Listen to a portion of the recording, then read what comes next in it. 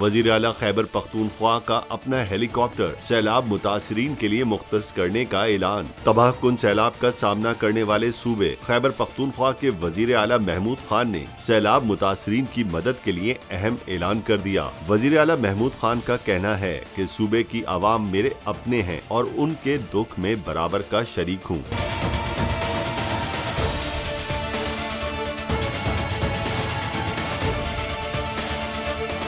सूबे भर के मुतासरीन सैलाब के नुकसानात का इजाला करेंगे। तफसीलात के मुताबिक सवात, चित्राल, डियाई खान, टोंक और दीर में सैलाब ने ज्यादा नुकसान पहुंचाया है, जबकि 3 अजला को आफतजदा करार दिया गया है। वजीर आला महमूद खान तमाम इक़दामात की खुद निगरानी कर रहे हैं। हुकूमत की जानिब से रेस्क्यू और रिलीफ सरगर्मियाँ जारी हैं, जबकि हसास इलाकों में मौजूद आबादी को महफूज मकामात पर मुंतकिल कर दिया गया है।